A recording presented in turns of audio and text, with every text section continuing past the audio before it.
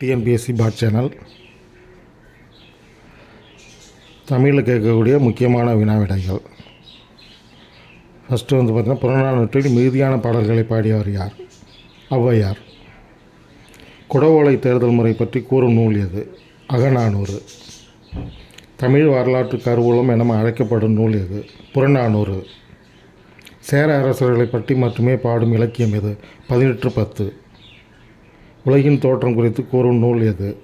பரிபாடல்.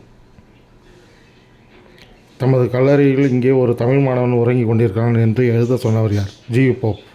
மன்னிப்பு என்பது உருது சொல், பொறுத்துக்கொள் என்பது தமிழ் சொல், தேவநேய பாவாணர். குணம் என்பதன் எதிர் சொல் என்ன? குற்றம். சென்னை போன்ற புறநகரில் மக்களால் பாடப்படும் காணா பாடல் எந்த வகை சார்ந்தது? நாட்டுப்புற பாடல். இவருக்கு ஒப்பார் எவருமில்லை என்று ஒப்பிட்டு பாடும் பாடல் இது? ஒப்பாரி பாடல். நீதி நூல்கள் திருக்குறளுக்கு அடுத்த நிலையில் வைத்து போற்றப்படும் நூல் நாலடியார். மருந்து என்று அழைக்கப்படும் நூல் திரிகடுகம்.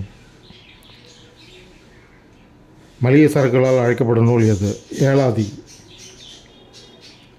கலிங்கத்து பரணி நூலின் ஆசிரியர் ஜெயங்கொண்டார். 120 வகையான மீன்களை பற்றி குறிப்பிடும் நூல் பல்லு. திருநெல்வேலி மாவட்ட பேச்சு வழக்கு காணப்படும் நூல் எது? முக்குடர் பல்லு.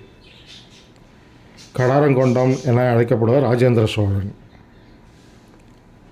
திருக்குறளில் இடம்பெறாத ஒரே எழுத்து ஔ.